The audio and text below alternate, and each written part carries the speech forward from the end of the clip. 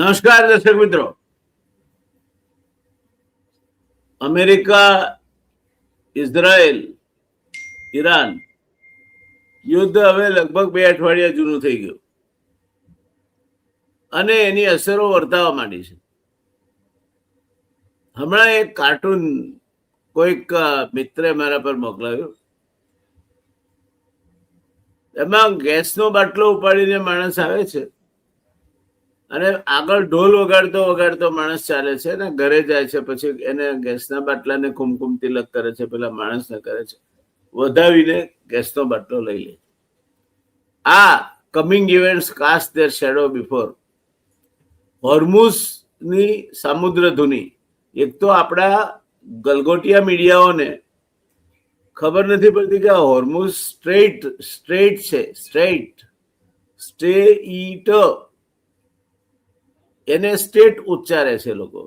એટલે એમના મનમાં હોર્મુઝ નામનો કોઈક દેશ છે, એને આ બંધ કર્યું છે. આપણું હોર્મુઝ સ્ટ્રેટ છે, એના ઉપર ઈરાનનો કાબુ છે, ઈરાનનો ભાગ છે અને ત્યાંથી દુનિયાનું 20% એનર્જી એટલે ઓઇલ અને ગેસ પસાર થાય છે. પણ ભારતને લાગે વળગે છે ત્યાં સુધી 40% પસાર થાય છે અને ગેસને લાગે વળગે છે ત્યાં સુધી 60% પસાર થાય છે.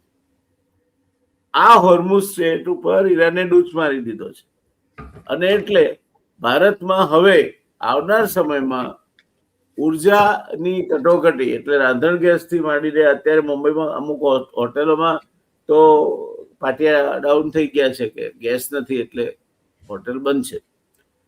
આવતીકાલે કદાચ ઘરે રસોડું બંધ રહે તો આપણે નવી નહીં પામવા જવું હોય. આ પરિસ્થિતિનું નિર્માણ થયું છે.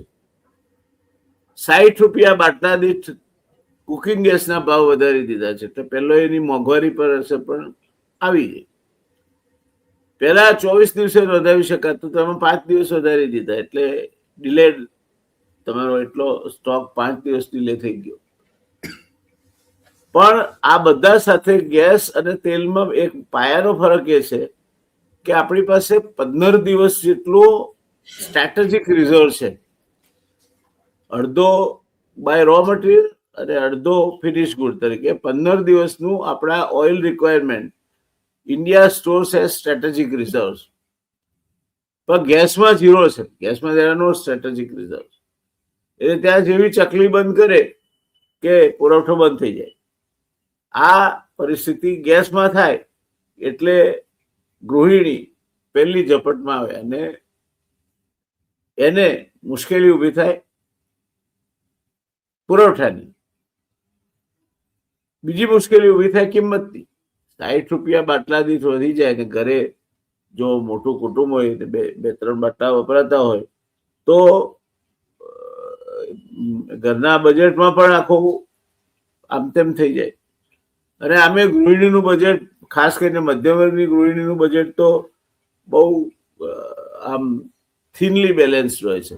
જરાક પેલો વાગે તો તૂટી જાય. એટલે એ પણ પરિસ્થિતિ ઊભી થઈ છે. બેરલ દીઠ ક્રૂડના ભાવ જો $10 વધે તો આપણો જીડીપી 0.5% ઘટે. એટલે $70 જો $120 થાય તો $50 વધે. $50 વધે તો 2.5% જીડીપી ઘટે. અને 2.5% જીડીપી ઘટે. નિર્મલા સીતારમણે 7.5% જે આંકડો મૂક્યો છે, તો કેન્દ્ર સરકારના કરવેરાની આવકો ખૂબ ઓછી થાય. કેન્દ્ર સરકાર માટે 2 છેડા ભેગા કરવા મુશ્કેલ થઈ જાય.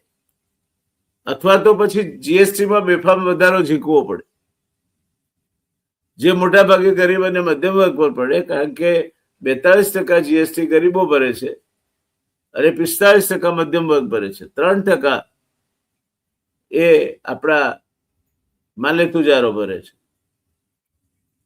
આ પરિસ્થિતિમાં સ્વાભાવિક છે મેન્યુફેક્ચરિંગ મોંઘું થાય, નફાકારકતા ઘસાય એટલે શેર બજાર તૂટે. આમે યુદ્ધની અનિશ્ચિતતા શેરબજાર પર અસર કરે છે, તો શેરબજાર તૂટે. ત્યારે આ બાબતોની આજે ચર્ચા કરવી છે. આપણા શનિવારના આજના શેર બજાર ઉપરનું જે આપણું અત્યંત લોકપ્રિય ચર્ચા છે, જેમાં રવિભાઈનો આપણે ભરપૂર ઉપયોગ કરીએ છીએ એમના જ્ઞાનનો, તે ચર્ચા આજે આપણે કરીશું. સ્વાગત છે રવિભાઈ આપનું. આપ અમારી સાથે જોડાયા અને હંમેશા દર શનિવારે આપ જોડાવશો. હવે દર્શક મિત્રોને અને મને આદત પડી ગઈ છે કે શનિવારે આપને સાંભળવા. તો આ વિશિષ્ટ સંજોગો જેનું વર્ણન મેં કર્યું અને જે આપ ધ્યાનથી સાંભળતા હતા, એ સંદર્ભે હવે આ આખી બાબતની ચર્ચા આગળ વધારવા માટે ઓવર ટુ યુ.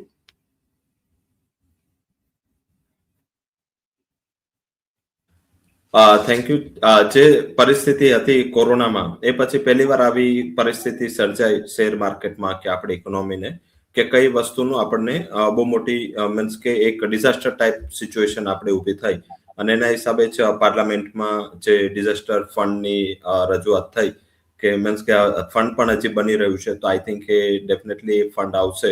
અને ઘણી બધી મીન્સ કે એક તાતી જરૂરત એટલે પણ પડી, કારણ કે ગવર્મેન્ટે હમણાં તમે જો આઈઓસી, બીપીસીએલ ને હિન્દ પેટ્રો 3 ઓઇલ માર્કેટિંગ કંપનીઓ છે, એના માટે 30,000 કરોડની ફાળવણી કરવી પડી. મીન્સ કે વિધિન અ શોર્ટ સ્પાન, જે વોર અત્યારે પ્રોલોંગ ચાલુ, એના હિસાબે આપણને આ એક અસર પડી. અને ગવર્મેન્ટે જયારે વોર થયું ત્યારે કીધું હતું કે 21-22 દિવસ ચાલે એટલું જ એનર્જી, અને આપણું આમ પણ હિસ્ટોરિકલ સ્ટોરેજ 20 થી 21 દિવસથી વધારે નથી.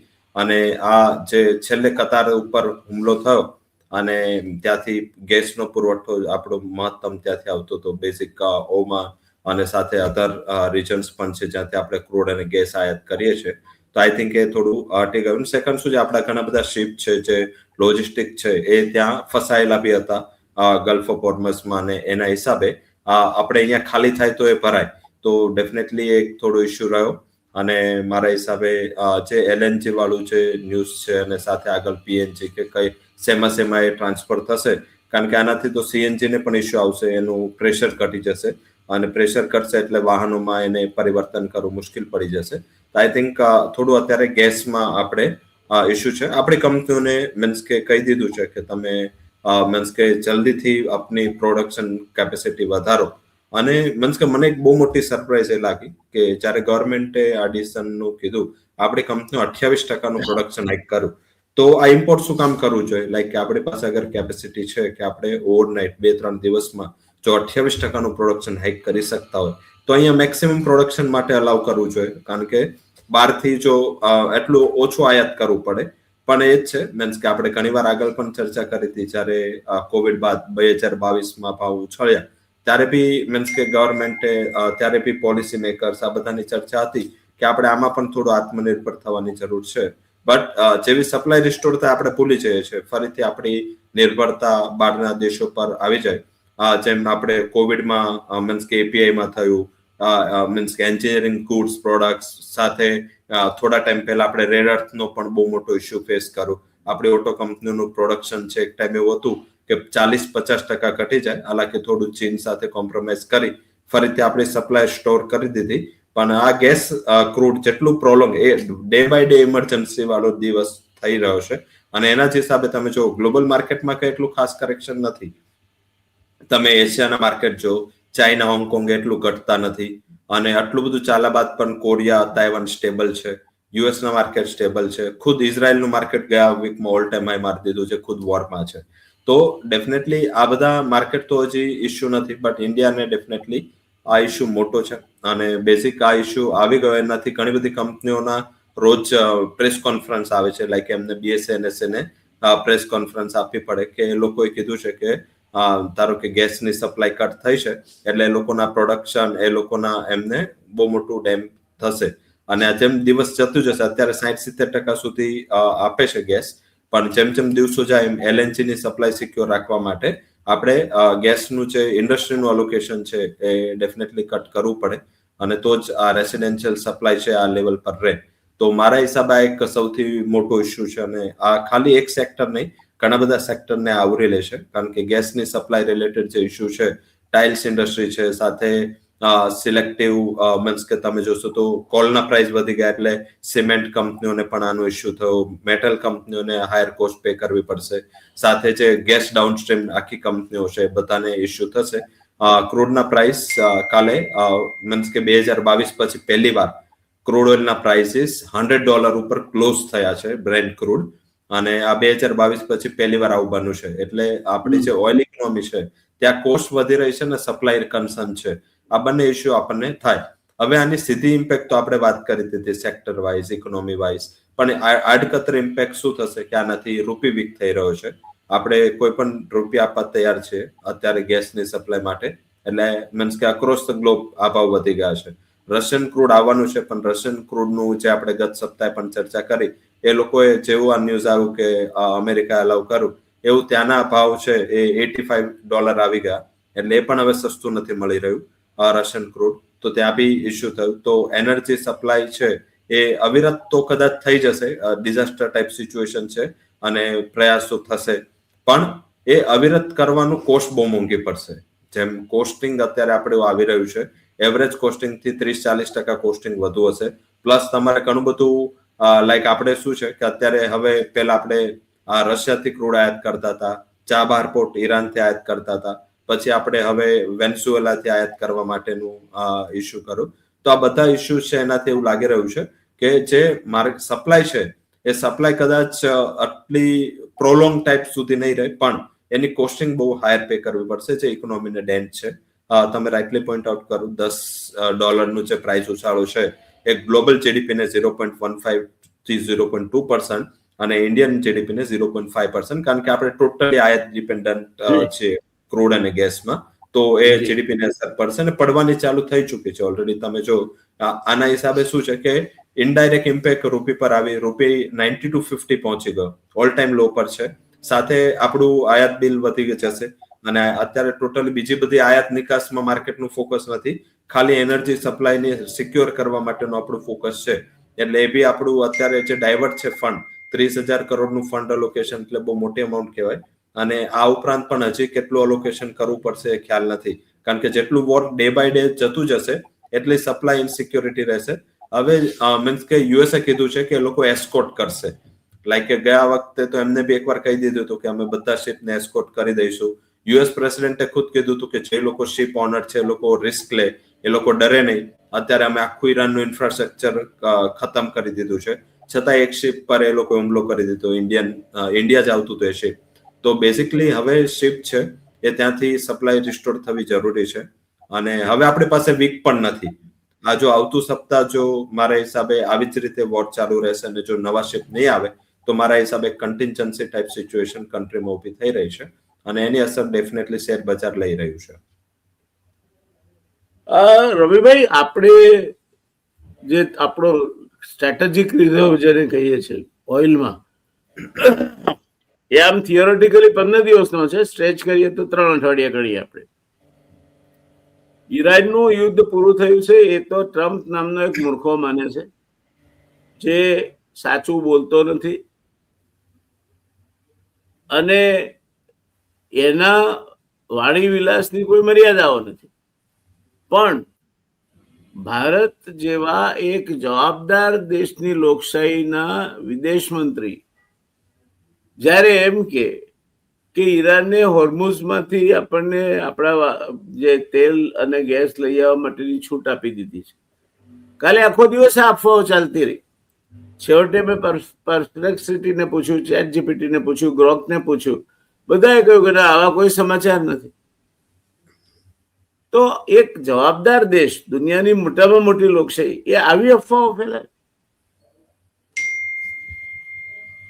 અને એ ક્યાર સુધી તમે ફેલાવીને જીવી શકો છો? ગમે ત્યારે આ ફુગ્ગો ફૂટશે તો ખરો જ. અત્યારે મુંબઈમાં અડધો કરતા વધારે રેસ્ટોરન્ટ કાં તો ગેસની તીવ્ર તંગી અનુભવી રહી છે, કુકિંગ ગેસની, અથવા બંધ છે. તો એ અસરને તમે કઈ રીતે ચાદર નીચે ઢાંકી દઈ શકવાના છો? તો એક જવાબદાર સરકાર જેને સાચી વાતથી પ્રજાને વાકેફ કરવી જોઈએ, એ જવાબદાર સરકારના વડાપ્રધાન તો બોલે જ નહીં. ખરી રીતે તો રાષ્ટ્રજોગું પ્રવચન વડાપ્રધાને આપવું જોઈએ એવડો મોટો આ પ્રસંગ છે, કારણ કે આખી આખી અર્થવ્યવસ્થા. નિર્મલા સીતારામને તો શબ્દ વાપર્યો કે ફાઇનાન્શિયલ ઇમરજન્સી.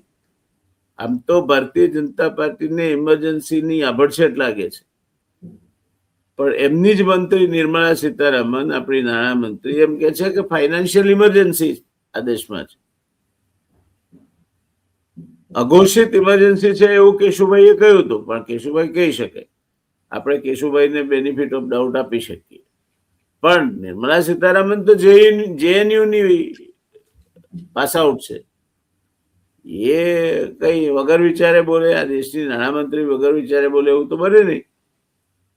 એટલે એક બાજુ નાણામંત્રી એમ કે છે કે there is financial problem and the country is passing through a crisis. નાણાકીય કટોકટી છે, નાણાંની કટોકટી છે. So we are in a state of fiscal emergency as per the finance minister. Piyush Goyal has disappeared. એને અમેરિકાના શું કરાર કર્યા, all those bunkum things which he was talking about have fallen flat on the ground. કે દેશને મૂર્ખ બનાવવાના ધંધા હતા. હજુ સુધી કોઈ કરાર થયા જ નથી, કોઈ કરાર ઉપર હસ્તાક્ષર પણ થયા નથી. હવે નિર્મલા સીતારમણ મેદાનમાં આવ્યા છે, કે છે કે ફાઇનાન્શિયલ ઇમરજન્સી છે આ દેશમાં. અને શેર બજાર, આપણે શેર બજાર પૂરતું જ મર્યાદિત રાખીએ છીએ, બીજી ચર્ચા નથી કરતા. તો શેર બજારમાં અનેક નાના નાના રોકાણકારોના પૈસા રોકાયેલા છે, અને એના કારણે આજે આ દેશમાં અર્થવ્યવસ્થામાં એમના savings promoting the economic growth વપરાય છે. એ શેર બજારમાંથી ક્યાર સુધી વપરાશકાર એનાથી હાથ જોડીને બેસી રહેશે, નાણાં એની નજર સામે ધોવાઈ જઈ રહ્યા છે. વિશ્વયુદ્ધ વખતે પણ શેર બજારમાં આવી કટોકટી આવી નહોતી. 28 થી 30 ગાળામાં પણ શેર બજારમાં આવી કટોકટી આવી નહોતી. તો આપ માનો છો કે શેર બજાર એક અભૂતપૂર્વ કટોકટીના તબક્કામાંથી પસાર થઈ રહ્યું છે? અને જે રોકાણકારો છે, પછી ભલે એમણે ગોલ્ડ નિફ્ટીમાં કર્યું હોય કે સિલ્વરમાં કર્યું હોય કે શેરમાં કર્યું હોય, એમણે હજુ પાણીની તંગી ઊભી નથી થઈ ત્યાં સુધી પાડોશમાંથી 2 ડોલ પાણી ભરી લાવીને નહીં લેવું જોઈએ. આપનું શું માનવું છે? ચરતે આઈ થિંક આ મીન્સ કે એઝ અ એનાલિસ્ટ અમે ઓલવેઝ, હું એવું માનું છું કે આપણે થોડું પ્રિડિક્ટિવ હોવું જોઈએ રાધર દેન કે કરંટ સિચ્યુએશન પર આપણે માર્કેટનું એનાલિસિસ કરીને આપણે એનું વ્યૂ નક્કી કરીએ. અને એના જ હિસાબે આપણે ઘણા ટાઈમ પહેલા જ, લાઈક કે બજેટમાં છે, બજેટ પહેલા છે, વર્ષની એક આપણે સ્પેશિયલ પહેલો શો કર્યો, એમાં બી મેં કીધું હતું કે ગવર્મેન્ટની રેવન્યુ વધશે ક્યાંથી. લાઈક ત્યારે બી જે સોર્સ ગણાતા ફરીથી આપણે રિવાઇઝ કરી દઈએ કે ગવર્મેન્ટનો પહેલો સોર્સ હોય છે ફોર એક્ઝામ્પલ ડાયરેક્ટ ટેક્સ. તો આપણે 12 લાખ સુધી ટેક્સ ફ્રી કરી દીધું, એટલે ડેફિનેટલી એ તો હટ થવાનું છે. ડાયરેક્ટ ટેક્સ આવવાનું નથી, કારણ કે ટાયર 1, 2 છોડી ટાયર 3, 4, 5 માં તો 12 લાખ ઉપરની ઇન્કમ વાળા બહુ ઓછા લોકો હોય, અને એ લોકો ટેક્સ પર મીન્સ કે એનું બહુ ઓછું મીન્સ કે નેટ થઈ ગઈ, અને એના હિસાબે સીધું જ ઇમ્પેક્ટ ડાયરેક્ટ ટેક્સના કલેક્શન પર આવવાની છે. સેકન્ડ છે ઇનડાયરેક્ટ ટેક્સ. તો આપણને એવું હતું કે યુએસ પ્રેસિડેન્ટ આપણા ફ્રેન્ડ છે, એટલે આપણે એ ત્યારે વિચારવું નહોતું જ્યારે ડાયરેક્ટ ટેક્સ કટ કરું કે કદાચ એ આપણને જો આવી રીતે વિપરીત પરિસ્થિતિમાં ઉપર રાખી દે તો આપણે જીએસટી પણ કટ કરવું પડશે, અને આપણે વિકટ પરિસ્થિતિમાં આવી ગયા ફેસ્ટિવિટી પહેલા જ. એટલે આપણે શું કરવું પડ્યું, આપણે ત્યાં બી એક મોટું ડેન્ટ લેવું પડ્યું. ત્રીજું કે આપણી 2 સોર્સ સૌથી મોટા છે જ્યાંથી આપણે રેમિટન્સ આવે, એટલે અહીંથી જે એનઆરઆઈ ગયા હોય એ લોકો ભારતમાં પૈસા મોકલે. એક તો ગલ્ફ છે, બીજો અમેરિકા છે. હવે ગલ્ફથી અત્યારે જોઈએ છે શું સિચ્યુએશન છે, લોકો પાછા આવી રહ્યા છે. પૈસા તો જવા દો, લાખો લોકો પાછા આવી ગયા છે ગલ્ફથી. તો એ તો છે. અને યુએસ પ્રેસિડેન્ટે રેમિટન્સ ઉપર 5% ટેક્સ નાખી દીધો, એટલે એનઆરઆઈસના જે પૈસા ઇન્ડિયામાં મોટું investment, real estate, equity market એમાં આવતું હતું, એ અત્યારે હોલ્ડ પર લાગી ગયું, અટકી ગયું. એટલે બેઝિક હવે ગવર્મેન્ટનો એક અનધર સોર્સ છે, છેલ્લો સોર્સ છે એફડીઆઈ કે ફોરેન ડાયરેક્ટ ઇન્વેસ્ટમેન્ટ, જે શેર બજારમાં ઇન્વેસ્ટમેન્ટ આવે છે એ એફપીઆઈ થ્રુ આવે છે, એફઆઈ જે આપણે કહીએ છીએ, ફોરેન ઇન્સ્ટિટ્યુશનલ ઇન્વેસ્ટર કે ફોરેન પોર્ટફોલિયો ઇન્વેસ્ટર. એટલે એ તો ઘટી રહ્યું છે. મીન્સ કે તમે માત્ર એક અઠવાડિયું, જે આ ગયું અઠવાડિયું છે, એમાં ખાલી એક જ અઠવાડિયામાં એ લોકોએ 35,000 કરોડ સ્વાહા મીન્સ કે એક્ઝિટ કરી ગયા. અને આટલી બોટમ, આટલો રૂપિયો ખરાબ છતાં એ લોકો નીકળે છે. અને એ લોકો સતત એક વર્ષમાં 2.5 લાખ કરોડ જેવી અમાઉન્ટને એક્ઝિટ કરી ગયા. એટલે ત્યાંથી એફઆઈ તો ઓલરેડી વેચવાલી હતી જ, પણ એફડીઆઈ નો જે પૈસો ઇન્ડિયામાં આવવાનો હતો, જે ડાયરેક્ટ ઇન્વેસ્ટમેન્ટ, જે લાઈક એપલ આતે જે બધી કંપનીઓ ગયા વર્ષે જે પ્લાન્ટ લગા હતા, એ બધું ડાયરેક્ટ ઇન્વેસ્ટમેન્ટ કે જ્યાં કંપની ડાયરેક્ટ બિઝનેસમાં ઇન્વેસ્ટમેન્ટ કરે છે, ફોરેન કંપની, એનો ફ્લો આવવાનો નથી. એનું રીઝન શું છે? ત્યારે બી મેં જણાવ્યું હતું કે યુએસ પ્રેસિડેન્ટે જે કંટ્રી સાથે ડીલ કરી છે એ તમામ કન્ટ્રીઓ સાથે ઇન્વેસ્ટમેન્ટની પણ ડીલ કરી છે. કે તમે ખાલી ટેરિફ હટાવો એ ડીલ નથી, એની સાથે તમારી કોઈ મોટી કંપની છે, તમારી કોઈ મોટી ઇન્વેસ્ટમેન્ટ કંપની છે, લાઈક સોફ્ટ બેંક છે, તો સોફ્ટ બેંકને $1 ટ્રિલિયન માંથી $500 બિલિયન તો ખાલી સોફ્ટ બેંકને ઇન્વેસ્ટ કરવાનું હતું જાપાનનું. અને પછી જાપાન સાથે ટ્રેડ ડીલ થઈ, યુરોપ સાથે પણ એમને ટ્રેડ ડીલ આવી જતી, યુકે સાથે બી ટ્રેડ ડીલ આવી હતી. એટલે જે મનીનો ફ્લો ઇમર્જિંગ માર્કેટમાં આવતો હતો ઇન્ક્લુડિંગ ઇન્ડિયા, એ ફ્લો આખો યુએસ જવાનો છે. એટલે એફડીઆઈ ના પૈસા બી ઇન્ડિયામાં આવવાના નથી. એટલે પૈસા આવશે ક્યાંથી? ગવર્મેન્ટના ડિસઇન્વેસ્ટમેન્ટ થ્રુ પૈસા આવી શકે એ તો પોસિબિલિટીઝ નથી, કારણ કે માર્કેટ ઓલરેડી તળિયા પર છે. આ લેવલે જો ગવર્મેન્ટ ડિસઇન્વેસ્ટમેન્ટ કરે તો ગવર્મેન્ટ એક તો લાઈક એટલો પ્રતિસાદ ના મળે, અને જો આ બધા ઇન્સ્ટિટ્યુશનનો પ્રતિસાદ મળે તો ગવર્મેન્ટનું રિયલાઇઝેશન ઓછું થાય. કારણ કે પીએસયુ કંપનીના સ્ટોક હાયર લેવલથી ઓલમોસ્ટ 40-50% ઘટી ગયા છે. હવે ગવર્મેન્ટને એ બી વાઇઝ સ્ટેપ નથી કે અત્યારે આ લેવલે એ લોકો ડિસઇન્વેસ્ટમેન્ટ કરી શકે ને. પ્લસ આપણે આ ટાઈમે રેગ્યુલેશન પણ ઘણા ટાઈટ કરાતા, એટલે માર્કેટમાં પાર્ટિસિપેશન જ ઘટી ગયું છે. અને હવે 1 એપ્રિલથી જે પ્રોપ ડેસ્કના નિયમો નવા લાગુ થવાના છે સેબીના, એ આધારિત તો આપણું માર્કેટમાં હજી પણ આનાથી વોલ્યુમ ઘણા ઘટી જશે. કારણ કે ઓપ્શન માર્કેટ છે, આટલું લિક્વિડ માર્કેટ છે, એ થેન્ક્સ ટુ પ્રોપ ડેસ્ક છે. કારણ કે એ લોકો પોતાનો હ્યુજ ઇન્વેસ્ટમેન્ટ લગાવીને એ બેંક ગેરંટી લે કે ગમે ત્યાંથી પૈસા લાવે, પણ એ લોકો ઇન્વેસ્ટમેન્ટ કરતા હતા. આજ સુધી એક પણ પ્રોપ ડેસ્કમાં ડિફોલ્ટ થાય એવા ચાન્સીસ મને સંભળાયા નથી. થયો હોય તો ખ્યાલ નથી, પણ આજ સુધી છતાં એમને બંધ કરી દીધા. અહીંયા બંધ કરવાનું વધારે આવે છે. હવે તમે બંધ કરશો, આ જ વસ્તુને તમે અત્યારે જે પણ દર્શકો સાંભળે છે નોટ કરી લો, આ વસ્તુને રિવર્સ કરવાની કોસ્ટ બહુ મોટી થશે અને કરવું પણ પડશે. ગવર્મેન્ટના રેગ્યુલેશન ડેફિનેટલી નાના લોકોને બચાવવા માટે છે, પણ આનાથી રિયલ નાના લોકો બચશે? કારણ કે નાના લોકો 5-10 રૂપિયાનો વેપાર કરે છે, એ શું બચશે? લાઈક એ લોકો તો એને તમે 10 પૈસાનો ટેક્સ વધારી દો તો એને એ કઈ અટકવાનું નથી. હવે આજે 5 રૂપિયામાં કોઈ ઓપ્શન લે છે, 5.5 રૂપિયામાં લેશે તો એને તો 5.5 નો લોસ જશે અત્યારે, કારણ કે આ બધા ડેસ્ક હતા એટલે 4 રૂપિયામાં મળતો હતો. હવે મોંઘું થશે કારણ કે વોલ્યુમ ના હોય એટલે બાર્ગેન પાવર વધી જાય. એટલે જેની પાસે પૈસા છે જ કમાય છે, જેની પાસે પૈસા બનાવે છે એનું અત્યારે માર્કેટમાં મતલબ નથી. એ રીતેનું માર્કેટ થયું. અને રિટર્ન બનાવે, લાઈક કે આપણે ઘણીવાર શું થાય કે કોઈ પણ રિટર્ન બનાવી જાય આપણને ઇશ્યુ થાય. હવે શું કામ ઇશ્યુ હોવું જોઈએ? Across the globe, across the basket છે, લાઈક કોરિયા છે, હવે 170% ચાલી ગયું. હવે જો ઇન્ડિયામાં જો થયું હોત તો આપણે રેગ્યુલેશન એટલા બધા ટાઈટ કરી દીધા હોત કે ઓટોમેટિક માર્કેટ નીચે આવી ગયું. તો ડેફિનેટલી આ ટાઈમ નથી રેગ્યુલેટરીનો, અને એ ટાઈમે રેગ્યુલેશન્સ પણ આપણને નડી રહ્યા છે. તો આ બધા ફેક્ટર જે આપણા અત્યારે ડિસ્કસ કરાય, ફેક્ટરમાંથી એક પણ એવું ફેક્ટર નથી કે જ્યાં એવું લાગે કે ગવર્મેન્ટની સોર્સ ઓફ ઇન્કમ વધશે. આના માટે આઈધર ગવર્મેન્ટ ટેક્સ વધારવો પડશે, આઈધર જે અમુક ડિસિઝન લીધા હતા લિબરલ કરવાને બેક લેવા પડશે, અને અધરવાઇઝ ડિસઇન્વેસ્ટમેન્ટ કરવું પડશે. આના સિવાય હાલમાં ગવર્મેન્ટના પાસે ફાઇનાન્સ અને ફિસ્કલ પોઝિશન જે ઇમ્પ્રુવ થાય એનો કોઈ સ્કોપ અત્યારે નથી. અને આપણે આ 6-12 મહિનાથી કહીએ છીએ કે મીન્સ કે ઘણી વાર શું થાય કે સારી સિચ્યુએશન હોય અને તમે કોઈને વોર્ન કરો ત્યારે એમને થોડું ખરાબ લાગે. લાઈક કેવું થાય, મેરેજમાં કોઈ મરવાની વાતો કરો અને જે ખોટું લાગે એવું જ ખોટું જ્યારે સારી પરિસ્થિતિ હોય તમે સતર્ક ટ્રાય કરો ત્યારે you are becoming predictors of the doomsday. Yes. તો માર્કેટ છે ને ટોટલી પ્રિડિક્શન પર ચાલે. માર્કેટ ક્યારે કરંટ પરિસ્થિતિ માર્કેટને ખ્યાલ છે. અને હું ઓલવેઝ કહું છું, સહદેવનું એક્ઝામ્પલ આપણે ઓલવેઝ આપીએ છીએ. માર્કેટ સહદેવ છે એટલે માર્કેટને બધી જ ખબર છે. માર્કેટ કારણ કે પૈસાનું માર્કેટ છે. જે લોકો ઇન્વેસ્ટમેન્ટ કરે છે, આ તો નાના ઇન્વેસ્ટરો કદાચ રિસર્ચ ના યુઝ કરતા, પણ જે લોકોના બિલિયન્સ ટ્રિલિયન્સ ડોલર લાગેલા હોય એમને ડેફિનેટલી એ લોકો એક આગળની પરિસ્થિતિને વિચારી અને એ લોકો ઇન્વેસ્ટમેન્ટ કરતા હોય છે. એટલે જ્યાં સુધી આ વોર ખતા, અને બીજું શું છે, વિઝિબિલિટી પણ નથી. માર્કેટ કેવું છે, માર્કેટને વોરથી કોઈ મતલબ નથી. માર્કેટને ખ્યાલ છે કે આજ નહીં 10 દિવસ, 20 દિવસ, 50 દિવસ કે 1 વર્ષ ગમે ત્યારે આ વોર ખતમ થશે ને એના પહેલા યુક્રેન રશિયા જેવું વોર જેવું સિચ્યુએશન થઈ જશે. એટલે મારા હિસાબે માર્કેટને એ પણ ડર નથી. માર્કેટને શું છે કે આના પછી કઈ નહીં આવે ને એની શ્યોરિટી નથી. કારણ કે યુએસ પ્રેસિડેન્ટે ફરીથી જે 150 દિવસને એમની જે ટેરિફની એક્સપાયરી ડેટ છે એ પહેલા એમને આર્ટિકલ 301 એક્ટિવ કર્યું છે. એ અંતર્ગત ફરીથી ઇન્વેસ્ટિગેશન ચાલુ થયા છે કે ફોર્સ લેબર યુઝ કરે. મીન્સ કે આપણે પછી એક ડિસ્કસ કરીએ કે ફોર્સ લેબર એટલે આપણે ઇન્ડિયા, ચાઇના, જાપાન આ બધા કન્ટ્રીઓ ફોર્સ લેબર નો યુઝ કરે છે. અને કાર્પેટમાં લઈ આવ્યા હતા ચાઇલ્ડ લેબર વાળું, એવું હવે નવું ગતકડું લાવે ચાલશે નહીં પણ. હા, અને એ ફોર્સ લેબર નું કરીને એ લોકો હવે પ્રોડક્ટ પર ટેક્સ લગાવશે. જે દિવસ આપણે જ્યારે આપણને છૂટ મળી હતી અને બહુ બધા આપણે ઉત્સાહિત હતા કે આપણે ટ્રેડ ડીલ થઈ ગઈ, ત્યારે બી આપણા શોમાં હજી પણ રેકોર્ડિંગ શો છે.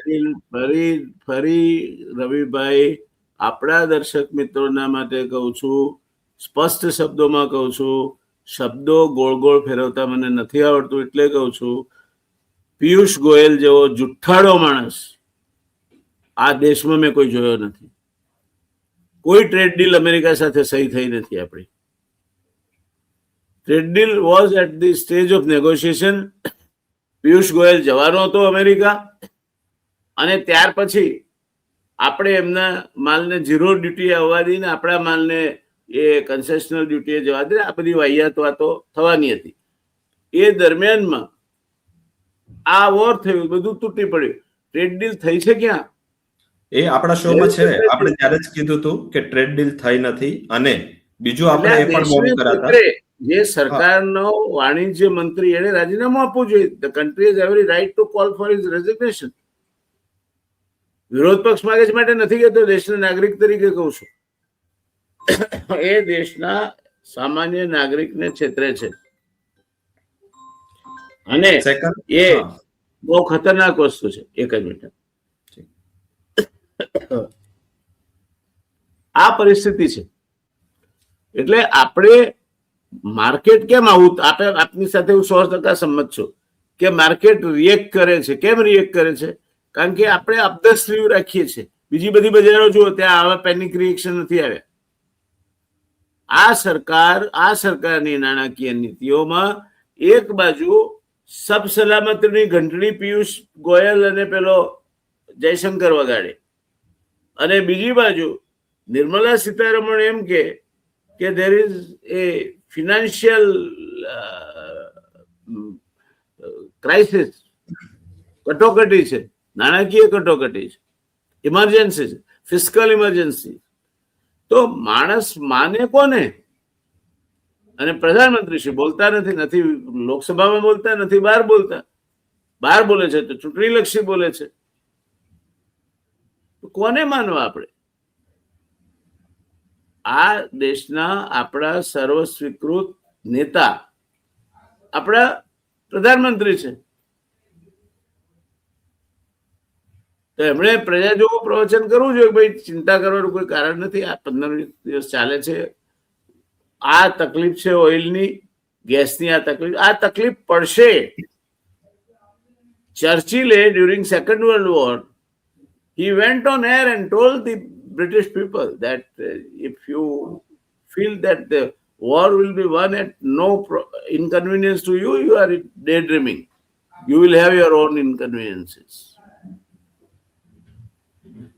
હિંમત હતી એનામાં કહેવાની. તો આપણા નેતાઓ કેમાં નથી કહેતા? શું છે એમને? અને ટ્રમ્પ એમને એમ કે I permit you to buy Russian oil. કોણ છે ટ્રમ્પ? 3% ટ્રમ્પ.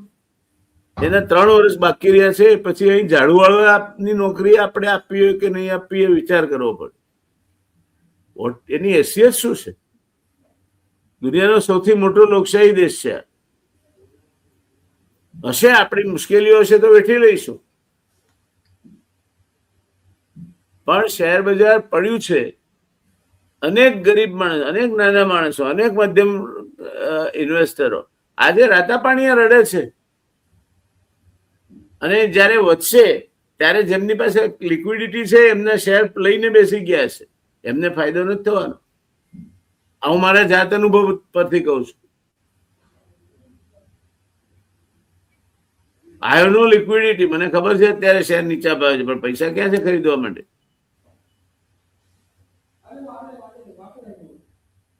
એટલે દેશના લોકો સાથે, દેશના મતદાર સાથે ભયંકર ખિલવાડ થઈ રહ્યો છે. અને હું એકલા આપણા રાજકીય પક્ષોને, બધા જ રાજકીય પક્ષો જવાબદાર છે, એમને જવાબદાર નથી ગણતો. આ દેશની પ્રજા વોટ છે. In A democracy you get the government you deserve. તમે જેને લાયક હોય એવી સરકાર મળે. તમે વોટ છો, તમને સમજણ નથી પડતી, તમે ઉછળી પડો છો, તમે જે છિલામ કરતા નીકળી પડો છો. તો આજ મળે તમને. તમે એમ માનતા હો કે થાળી વગાડવાથી કોવિડ જતો રહે, મીણબત્તી પકડવાથી જલાવાથી કોવિડ જતો રહે, તો તમને આજ મળે. છાણના દેવ તો કપાસીની આંખો. So what is the way out? આ શેર બજારની આ સ્થિતિ આપ ક્યાં સુધી જુઓ? આમાં નાનો રોકાણકાર, મધ્યમ રોકાણકારનું તો એનું માથું મોડાઈ જવાનું છે સાહેબ.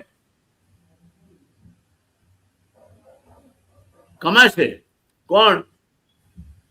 જેની પાસે પૈસા છે તે. અત્યારે best time is two invest right now. હું તમારા સાથે સંમત છું કે શેર બજાર ટેમ્પરરી આ રિએક્શન છે, પણ ટેમ્પરરી રિએક્શનમાં પડ્યું એટલે મારા તો ધોવાઈ ગયા. કમાશે કોણ? જેને આજે ખરીદ્યા તે આજે કોણ ખરીદશે? એ જ પેલા 10% ધનપતિઓ જે આ દેશની 90% સંપત્તિ ઉપર અધિકાર ધરાવે છે. એટલે આ દેશની વરવી વાસ્તવિકતાને વધારે વરવી બનાવવાનું કામ સરકાર કરી રહી છે. શેર બજાર સુધરશે ક્યારે રવિભાઈ? અને નાના રોકાણકાર બાબતમાં આપની શું સલાહ છે? જરૂરથી. અને સેકન્ડ કોણ કમાશે? જે આ શો રેગ્યુલર જોવે છે, અને હજારો લોકો આપણો શો રેગ્યુલર જોવે છે. અને આપણે એક પણ વાર, ઘણા બધા શો, મીન્સ કે ઘણી બધી વાર એવું થાય કે કોઈ લોકો મળતા આપણો શો સાંભળતા હોય, એ લોકો કહેતા હોય કે આપ ડબિશ કેમ છો, મીન્સ કે તમને કેમ મંદી જ લાગતી હોય. પછી તેજી આવી હોય તો બોલાય, લાઈક કે આપણે જ્યારથી કહીએ છીએ મંદી છે, ત્યાર પછી 1 પોઈન્ટ પણ નિફ્ટી વધતી નથી, માર્કેટ વધતું નથી. અને શેર તો એનાથી વધારે કરેક્ટ થાય છે. લાઈક કે જેમ માર્કેટમાં આપણું ડિસ્ટ્રીબ્યુશન વેલ્થનું છે, એ જ રીતે માર્કેટમાં છે કે જે ટોપ કંપનીઓ છે ત્યાં શું છે કે આટલું બધું સેલિંગ પ્રેશર આવે તો એબ્ઝોર્બ થઈ જાય, કારણ કે કંપનીની સાઇઝ મોટી હોય. એટલે ત્યાં જો સેલિંગ આવે એક વેગથી, તો 1-2% સેલિંગ એબ્ઝોર્બ થાય. નાની કંપનીઓ 8-10% તૂટી જાય. એટલે પોર્ટફોલિયો સ્ટોક કે જે નાના રોકાણકારો છે, જે એમને મિડ કેપ, સ્મોલ કેપમાં ઇન્વેસ્ટમેન્ટ કરવું છે, એ તો અડધા બી થઈ ગયા છે શેર્સ. અને મેં ઘણા ટાઈમથી કીધું હતું, અને ઘણી સારી પરિસ્થિતિમાં આપણે વાત કરી હતી કે લિક્વિડિટી હાથમાં હશે. અને એનું એક હજી પણ એક્ઝામ્પલ આપું કે મેં કીધું હતું કે તમે જો પીચ પર ટકશો તો વિકેટ અત્યારે ખરાબ છે, વિકેટ સારી થશે તો હા, તો અત્યારે એવું જ છે, જેની પાસે પૈસા છે કમાશે. જે લોકો ઉભા હતા હોપ પર 25,000 નિફ્ટી આવી તો હવે અહીંથી ઉપર ચાલતી થશે ટૂંકમાં. તમને નહીં, મને કે તમને કઈ ફરક નહીં પડે. આપણે એનાલિસિસ જ કરવાની છે. એટલે બેઝિક શું છે? Use like toilet papers. બાકી તો શેઠ અદાણી જે ધારશે તે થશે. એટલે બેઝિક શું છે કે સારા ટાઈમે તમે જો ડિસિઝન લો, અને લિક્વિડિટીમાં આપણે કેવું છે ખબર છે, એક માઇન્ડસેટ ઇન્વેસ્ટરનો કેવું છે કે મારા પૈસા જો બેંકમાં પડ્યા હોય અને એ મારો ઓબ્જેક્ટિવ હોય કે મારે શેરમાં લગાવવા છે, અને તમને કોઈ પણ એવું કહે કે અત્યારે ફરીથી પાછા આને કેશ કરી લો, તો આપણને પાપ લાગે છે કે ભાઈ મારા પૈસા તો રોકાયેલા હોવા જોઈએ. અને રોજ ઘણાને તો આદત બની ગઈ છે, લાઈક કે રોજ લોસ પ્રોફિટ ના જોવે ત્યાં સુધી મજા ના આવે, અને પછી જયારે લોસ થાય ત્યારે બ્લેમ થાય કે ભાઈ લોસ થઈ ગયો. પણ તમે પ્રેડિક્શન તો રાખો. તમને મીન્સ કે આઈધર 2 વસ્તુ હોય, એક તો મને બધી ખબર પડે છે તો ડેફિનેટલી હું ડિસિઝન લઈને કરી દઉં, પછી પ્રોફિટ બી મારો છે, લોસ બી મારો છે, અને હું કોઈને બ્લેમ ના કરું. બીજું શું છે, મને ખબર નથી પડતી, તો જેને ખબર પડે છે એને સાંભળો, અને એને સાંભળીને એ જે એડવાઇસ આપે છે ફરીથી એકવાર રિવાઇઝ કરી લો કે એડવાઇસ સાચી આપે છે ખરાબ. હવે તમને અને એમની એડવાઇસ બે મેચ થાય છે તો ડિસિઝન લો. કારણ કે આ વાર્તાલાપથી ક્યારે શેર બજાર ચાલતું નથી, વાર્તાલાપથી ક્યારે પૈસા બનતા નથી. જો વાતોથી પૈસા બનતા હોય તો મીન્સ કે મેં તો આટલા બધા જિંદગીમાં શો કર્યા છે કે હું જે ટોપ 10% છે એમાં બી 2-3% હોઉં. તો વાર્તાલાપથી પૈસા નથી. તમારે ઇન્વેસ્ટમેન્ટ એને સ્ટ્રેટેજિક ડિસિઝનમાં ઉતારવું પડે કે તમને લાગે છે પરિસ્થિતિ ખરાબ છે તો ડેફિનેટલી એને તમે એકવાર ડિસિઝનમાં ઉતારો. હવે શું છે કે અત્યારે આ ક્રૂડના ભાવ વધ્યા છે, અને ક્રૂડના ભાવ ઉપર છે એટલે લોકો ઓઇલ અપસ્ટ્રીમ કંપનીઓમાં ઇન્વેસ્ટમેન્ટ કરવાની હોડ લગાવી રહ્યા છે કે ઓએનજીસી, ઓઇલ ઇન્ડિયા જે પણ કંપનીઓ છે જે એક્સપ્લોરેશન કરે છે. અને જે હવે તમને ખ્યાલ નહીં હોય તો થોડાક ટાઈમ પછી ફરીથી નેક્સ્ટ શોમાં આપણે ચર્ચા કરીશું જો આ વોર આપણે 1-2 શોમાં ચર્ચા કરીશું કે જો આ વોર પ્રોલોંગ ચાલશે ને તો આ બધી ઉપર વિન્ડફોલ ટેક્સ છે, આપણે નામ સાંભળ્યું હતું કે જયારે 2022માં ક્રૂડના ભાવ ભડકે બળાતા ત્યારે આપણી ગવર્મેન્ટે ઓઇલ અપસ્ટ્રીમ કંપનીઓ લાઈક આ જે પણ એક્સપ્લોરેશન કરે છે એમની ઉપર એક વિન્ડફોલ ટેક્સ લગાવ્યો હતો, કારણ કે ગવર્મેન્ટને નીચે જે ડિસ્ટ્રીબ્યુશન કરવું પડતું હતું એમાં હેવી લોસ થતો હતો. એટલે એ લોકોએ ઓએનજીસી પાસેથી આઈઓસી પર ચેન્જ કરી દીધું કે આ બધી કંપની જે એક્સપ્લોરેશન કરે છે એના ઉપર ટેક્સ નાખો અને આને રાહત આપો એટલે થોડું આ બેલેન્સ થાય. એ સેમ પાછી પરિસ્થિતિ આવવાની છે, કારણ કે ત્યારે રૂપી બી 72 હતો, અત્યારે રૂપી 92.50 છે અને આ જ ભાવ ક્રૂડનો હતો ત્યારે બી. એટલે તમે આગળ જતા સાંભળશો, આજે જ મીન્સ કે મોર્નિંગના ઇન્ડિગોએ ફ્લાઇટ પર સ્પેશિયલ, એર ઇન્ડિયા તો નાખી દીધો હતો, ફ્લાઇટ પર સ્પેશિયલ ફ્યુઅલનો સરચાર્જ નાખી દીધો. હોટલો બંધ થઈ રહી છે, ઘણી બધી ટુરિઝમ એક્ટિવિટીઝ નીચે છે અને સાથે ગેસ સિલિન્ડરના 60 રૂપિયા વધી ગયા. એટલે ઇન્ફ્લેશન 115 કરતા વધારે વધી ગયા. એટલે ઇન્ફ્લેશન વધુ સારું છે, પણ જો સપ્લાય સાઈડનું ઇન્ફ્લેશન હોય તો એ પ્રોલોંગ ટાઈમ સુધી માર્કેટને અને ઇકોનોમીને હર્ટ કરતું રહે. અત્યારે જે ઇન્ફ્લેશન આપણે ફેસ કરીએ છીએ એ સપ્લાય સાઈડ ઇન્ફ્લેશન છે, ડિમાન્ડ સાઈડ ઇન્ફ્લેશન નથી. એટલે હવે શું થશે, આ સાયકલનો એક બીજું સ્ટેજ એ જશે કે લોકો કેશ કન્ઝર્વેટિવ થઈ જશે. લાઈક હજી તમે ફેબ્રુઆરી મહિનામાં જો તો ફેબ્રુઆરી મહિનામાં માર્કેટમાં મ્યુચ્યુઅલ ફંડ થ્રુ જ ખાલી એસઆઈપી ના 25,000 કરોડ ઇન્વેસ્ટમેન્ટ ઇક્વિટીમાં આવ્યું છે. મારી તો એક્સપેક્ટેશન્સ થી બિયોન્ડ છે. મને એવું હતું કે ભાઈ 15-16,000 કરોડ જ આવશે, પણ છતાં લોકો ટ્રસ્ટ રાખે છે, છતાં લોકો ઇન્વેસ્ટમેન્ટ કર્યું છે, છતાં લોકો હજી હવે શું છે, આ પરિસ્થિતિ અત્યાર સુધી ફેબ્રુઆરી સુધી લોકોના ફાઇનાન્શિયલ તમારી પોકેટ ઉપર ભાર નહોતો, હવે સીધો ભાર આવશે તમારી પોકેટ પર આવશે. એટલે તમે શું કરશો કે આટલું બધું ઇન્વેસ્ટમેન્ટ કરવું છે, એ બી લોસ રોજ જઈ રહ્યો છે, છતાં તમને એવું લાગે કે ભાઈ હવે શું બચ્યું છે, એટલે શું કરશો, તમે તારી સાયકલ બ્રેક કરશો અને પછી જ માર્કેટ ચાલશે. એટલે પૈસા તમે જે પણ સાયકલમાં છો એ સાયકલ કન્ટિન્યુ રાખો છો, તમે એસઆઈપી કરો છો. જો તમે ઇન્વેસ્ટર છો તો અને પૈસા છે બાય ફોર્ચ્યુનેટ, તો તમે અત્યારે ઇન્વેસ્ટમેન્ટ કરો, વર્ષમાં રિટર્ન મળશે, રિવોર્ડ મળશે. આ બધું મીન્સ કે સાયકલ ઉપર ચાલે, ક્યારેક કોઈને અપ સાયકલ ચાલે, ક્યારેક કોઈ ખરાબ. આપણે 3 વર્ષ એન્જોય કર્યું, હાલાકી આપણે શું છે ખબર, આપણા માઇન્ડમાં હજી 40-50% દૂર જતા જ નથી. માર્કેટમાં જેને 15-10% એક્સપેક્ટેશન છે કમાય જ છે, જેને 40-50% જે આપણે 2022-23માં 24માં જોયા એ લોકોને રિટર્ન જોઈએ છે. અને એ 40-50% રવિભાઈ એ લોકો કમાય છે જે લોકોની પાસે જથ્થાબંધ પૈસા છે. A moneyed person gets more money and a medium scale or a small investor gets robbed of his money. આ શેર બજારની આજની આ ભારતીય શેર બજારની વાસ્તવિકતા છે. હા, અને આમે આ વર્લ્ડમાં મીન્સ કે કોઈ પણ ફાઇનાન્શિયલ અસેટ છે, લાઈક આપણે સોના ચાંદીમાં પણ ઘણી ચર્ચાઓ કરી. સરકારો જૂઠું નથી બોલતી, વર્લ્ડમાં સરકારો જૂઠું નથી. ઓફકોર્સ ટ્રમ્પે અમેરિકામાં ચાલુ કર્યું છે, એને અમેરિકાની પ્રજાને હમણાં બ્રોડકાસ્ટમાં કહ્યું કે ઈરાનની નેવી નષ્ટ થઈ ગઈ છે, ઈરાનનું સૈન્ય નષ્ટ થઈ ગયું છે, ઈરાનના શસ્ત્રો નષ્ટ થઈ ગયા છે, બધું નષ્ટ થઈ ગયું છે. અને બીજી બાજુ આપણે જોઈએ કે તેલ અવીવનું ખંડેર કરીને મૂકી દીધું છે, લોકો આવતી ને ઈરાની ભેગા થઈ, અને હોર્મુઝમાંથી પસાર નથી થઈ શકતા તેલવાહક જહાજો કે ગેસના જહાજો. એટલે અમેરિકાના પ્રમુખે પણ હવે ચાલુ કર્યું છે આપણા જેવું જ. પણ સામાન્ય રીતે કોઈ દેશની જવાબદાર સરકાર, એના જવાબદાર પ્રમુખ અથવા એના જવાબદાર વડાપ્રધાન અથવા એના જવાબદાર મંત્રીઓ એની પ્રજાને છેતરતા નથી, એના સામે જૂઠું નથી બોલતા. આપણે ત્યાં એ થાય છે, અમેરિકામાં હવે થવા માંડ્યું છે. એમાં શું છે, તમે જે કીધું આગળ કે પ્રજા જે હોય એવું રાજા હોય. હવે બીજું શું છે કે આપણે મીન્સ કે ફોર એક્ઝામ્પલ તમને કોઈ પણ, હું બોલું છું કે કોઈ પણ બોલે છે, તો તમારે એકવાર બીજી વાર રિવાઇઝ કરીને તો જોવું જોઈએ. લાઈક કે ઘણી વાર આપણે શું બધું માની લેતા હોય છે કે ભાઈ હા મીન્સ કે સૂર્ય પશ્ચિમમાં ઉગે છે, આપણે હા પાડી દઈએ હા પશ્ચિમમાં ઉગે. પણ કાલે ઉઠીને પૂર્વમાં ઉગે તો આપણી જનતા માની લે છે કે હા પૂર્વમાં ઉગે, ઉત્તરમાં ઉગે તો ઉત્તરમાં. તો બેઝિક એવું નથી રવિભાઈ, આંખો બંધ કરી લીધી છે. તમે હમણાં ડોલરનો ભાવ શું કહ્યો, રૂપિયાનો? 92.50 ઉપર, બરાબર. એક સજ્જન છે એવું કે છે રૂપિયો અત્યારે ડોલરનો ભાવ 90 રૂપિયા છે, તમને કઈ ખબર જ નથી પડતી. એટલે આ અંધભક્તોને કઈ રીતે કહેવું આપણે કે જે વાસ્તવિકતા પણ સ્વીકારવા તૈયાર નથી? 92-50 તો તમારા એક્શન નો ભાવ છે. આજે તમે જો ડોલર લેવા જાઓ, હું કોઈની સાથે 93 ઉપર પડે.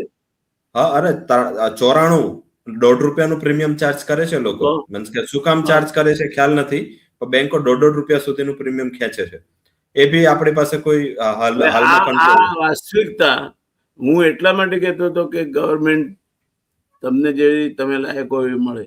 કારણ કે જ્યાં સુધી આ ગલગોટિયાઓ છે અંધભક્તો, ત્યાં સુધી એમને કશું દેખાવાનું ને દેશ હિતમાં ભલે ગમે તે હોય. હવે આ હકીકત છે કે ડોલરના સામે રૂપિયાનો આ ભાવ છે, છતાં પણ તમે શામરૂગની નીતિ અપનાવી રેતમાં માથું દાબી દઈ અને તોફાન જતું રહ્યું છે કરવા માંગો છો. દેશ મારો પણ એટલો જ છે જેટલો તમારો છે. તમે કઈ રાષ્ટ્રભક્તિના ઇન્જેક્શનો મુકાઈ નથી આવ્યા ઉપરથી. તમારા બાપની જાગીર નહોતી. ભારતમાં એટલો જ અધિકાર અમારો પણ છે. અમારા બાપ દાદાઓએ પણ કંઈકનું કંઈક કન્ટ્રીબ્યુશન કર્યું છે આ દેશના વિકાસમાં, આઝાદીની લડાઈમાં. જે ભારતનો ઝંડો ફરકાવતા નહોતા અડધી સદી સુધી, એવું નથી. એટલે વાસ્તવિકતા સાથે સુસંગત રહીએ તો મને લાગે છે કે આપણે આવતા શનિવાર સુધી, આપણું તો શનિવાર ટુ શનિવારનું પ્રિડિક્શન હોય છે, આવતા શનિવાર સુધી એવું કહી શકીએ કે હમણાં શાંતિ રાખો, નવું કઈ કુદાકુદ ના કરશો, wait and watch, worst is yet to come. પછી ફરી આવતા શનિવારે આપણે એનો રિવ્યુ લઈશું. ત્યાં એક અઠવાડિયામાં તમે રાહ જોશો તો બહુ લૂંટાઈ નહીં જાય, પણ જો સટ્ટો કરવા ગયા તો ધોવાઈ જશો. આ કન્ક્લુઝન આપણે ડ્રો કરી શકીએ આજે. ઝડપથી આ કન્ક્લુઝન મેં આગળ પણ આપણે વાત કરી છે કે માર્ચ મહિનો જવા દો, કારણ કે માર્ચ મહિનામાં હવે શું થશે, લાઈક કે આપણે એવું કોઈ એક્સપેક્ટેશન નથી કરતા કે ફોર એક્ઝામ્પલ આજે વોર ખતમ થઈ ગયું તો હવે શું થશે. કોઈ પણ મોટી કોર્પોરેટ છે કે મોટા ઇન્સ્ટિટ્યુશન્સ છે, જે ફંડ હાઉસીસ છે, એ લોકો છેલ્લા 10-15 દિવસમાં, માર્ચના છેલ્લા 10-15 દિવસમાં બહુ મોટી એક્ટિવિટીઝ નથી કરતા. એ પોતાના ચોપડાને ચિત્રે નહીં, એવું કહેવાય અમારા શેર બજારમાં કે એ લોકો છેલ્લા 10-15 દિવસ ચોપડાના ચિત્રે, એટલે લોકો ટોટલી અવોઇડ કરતા હોય છે માર્કેટ એક્ટિવિટીઝમાં. એ ભલે એમને ઓપોર્ચ્યુનિટી દેખાય, પણ અત્યારે એમનું બુક ક્લોઝર હોય એટલે એ લોકો બહુ વધારે પડતું આમાં ઇન્વેસ્ટમેન્ટ કે એક્ટિવિટીઝથી આઘારે. એટલે હવે જો ઇનકેસ નેક્સ્ટ વીકમાં બી જ્યારે માર્કેટ કરેક્ટ થાય ત્યારે એક ઇસ્યુ રહેશે. સેકન્ડ ઇસ્યુ શું છે કે માર્ચમાં જે ફાઇનાન્શિયલ ઇન્સ્ટિટ્યૂટ છે, મ્યુચ્યુઅલ ફંડ છે, ઇન્સ્યોરન્સ કંપનીઓ, એ દર વખતે પોતાની એનએવી સેટ કરવા માટે દર મહિને છેલ્લા 2 દિવસ એ લોકો ફ્લોમાં બાય કરતા હોય છે, કે જે છેલ્લા 2 ટ્રેડિંગ સેશન હોય ત્યારે એ લોકો માલ બાય કરી લે, એટલે જે એનએવી સેટ શો થાય એ સારી થાય. એ એમની મીન્સ કે ગેમ હોય છે એવરી. માર્ચ મહિનામાં એ લોકો નથી કરતા. શું કામ? કારણ કે માર્ચ મહિનાના છેલ્લા 2 દિવસમાં શેર લે એટલે એમને આખું એનએવી અને આખા ફાઇનાન્શિયલ યરના હિસાબને શો કરવા માટે બહુ ટાઈમ લાગે, અને એ બહુ કોમ્પ્લેક્સ ઇસ્યુ છે.